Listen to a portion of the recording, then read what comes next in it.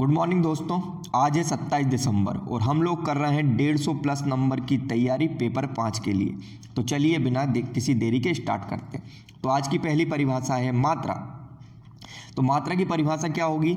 व्यंजन के साथ जोड़े जाने वाले स्वरों को मात्रा कहते हैं। अब बात आती है कि व्यंजन किसे कहते हैं।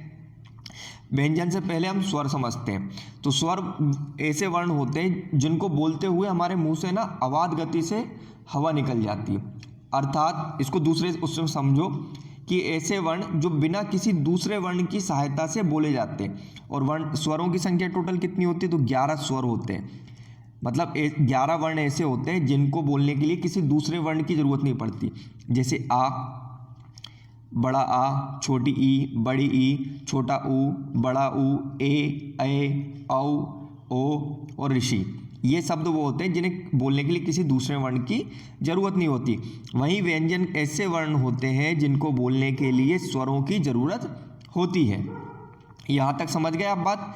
चलिए एक और चीज़ बताता हूँ आपको, बहुत इंटरेस्टिंग है। अगर आप होमो सेपियंस जो युval नोहा हरारी की पुस्तक है उसको पढ़ोगे तो वहाँ पे पता चलती है कि हमें और मानव, मतलब हम जो मानव हैं और दूसरे जानवरों में सिर्फ एक चीज़ का अंतर है, वो है व्यंजनों का। मतलब जानवर और इंसान दोनों के दोनों स्वर तो बोल लेते हैं। ये जितने स्वर मैंने बताए ना, आ ई, ये सब आप कभी सुनोगे तो गाय, कुत्ते, बिल्ली बोल लेते हैं। लेकिन व्यंजन जानवर नहीं बोल पाते। तो इसी कारण हम होमो सेपियंस बन पाए, क्योंकि हमारे पास व्यंजन थे। समझ रहे हो? तो व्यंजन आने से जिंदगी हमारी सुधर गई। चलिए अगली परिभाषा देख लेते हैं, ध्वनि। तो ध्वनि क्या होती है? मुख से निकली आवाज को ध्वनि कहलाती है। तो ध्वनि जानवरों के मुंह से भी निकल सकती है। ये भाषा की मूल इकाई है। ऐसे करके अगर कुछ भी बोलते हो वो ध्वनि कहलाती है और ये भाषा की मूल इकाई है। बहुत सारी ध्वनि के मिलने से वर्ण बनते हैं, अक्षर बनते हैं, शब्द बनते हैं। चलिए अब आगे देख लेते हैं वर्ण की परिभाषा। तो ध्वनि के वे छोटे टुकड़े जिन्हें आगे विभाजित नहीं किया जा सकता है उन्हें वर्ण कहते हैं। अगर मैं बोलूँगा का, तो का को आप कैसे डिवाइड करोगे? आ। तो इन्हें विभाजित नहीं किया जा सकता। इसको परिभाषा दूसरे तरीके से क्या लिख सकते हो? अविभाज्य ध्वनि के टुकड़ों को हम वर्ण कहते हैं। जैसे का, ख, ग, चा, इन्हें विभाजित नहीं किया जा सकता। तो ये हो गई आज की 3 परिभाषा। हम रोज कुछ कुछ परिभाषाएं याद कर रहे हैं। चलिए अब देख लेते हैं कुछ विलोम शब्द। जैसे कृतज्ञ, कृतज्ञ का विलोम होगा कृतज्ञ। ठीक है। खंडन का क्या होगा? तो खंडन का होता है मंडन करना। दूसरा का पुरुष, जो बहुत आलसी टाइप का है, और उसका विलोम होगा पुरुषार्थी। कीर्ति, कीर्ति का होगा अपकीर्ति, मतलब उसकी कीर्ति कम हो गई भैया। कृश, कृश का होगा स्थूल। गरल, गरल का होगा विलोम सुधा। ग्रस्त का होगा मुक्त, हम बोलते हैं ना रोगग्रस्त हो गया तो रोग मुक्त हो गया वो। ग्रहण का क्या होगा? ग्रहण कर लिया मैंने, और उसका अपोजिट होगा त्याग कर लिया। चलिए आगे देखते हैं पर्यायवाची शब्द। तो पर्यायवाची शब्द में आ जाएगा चंद्रिका। चंद्रिका का पर्यायवाची होता है चांदनी, कौमुदी, ज्योत्सना और अंजुरिया। अंजुरिया, ज्योत्सना, कौमुदी और चांदनी। आगे चांदी, चांदी, चांदी का हो जाता है रजत। हम जानते हैं रजत पत्र मिलता है, रजत मेडल होता है। रजत का रूपा, रौप्य, रूपक, जितने रुपया संबंधित हो गए रजत, रूपा, रौप्य, रूपक और सीता। फिर चरण, चरण का पाँव, पैर, पग। चंदन का होगा हमारे मलयज, तो आप जानती हो भाई साहब। ठीक है। मलयज, संदल, सैंडल से संदल। गंधसार, श्रीखंड खाया हुआ श्रीखंड और तमाल।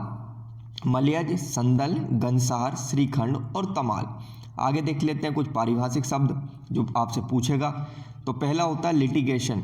आपको PIL याद है, पब्लिक इंटरेस्ट लिटिगेशन, क्योंकि PIL का फुल फॉर्म कभी भी आपसे मतलब प्री में पूछ सकता है।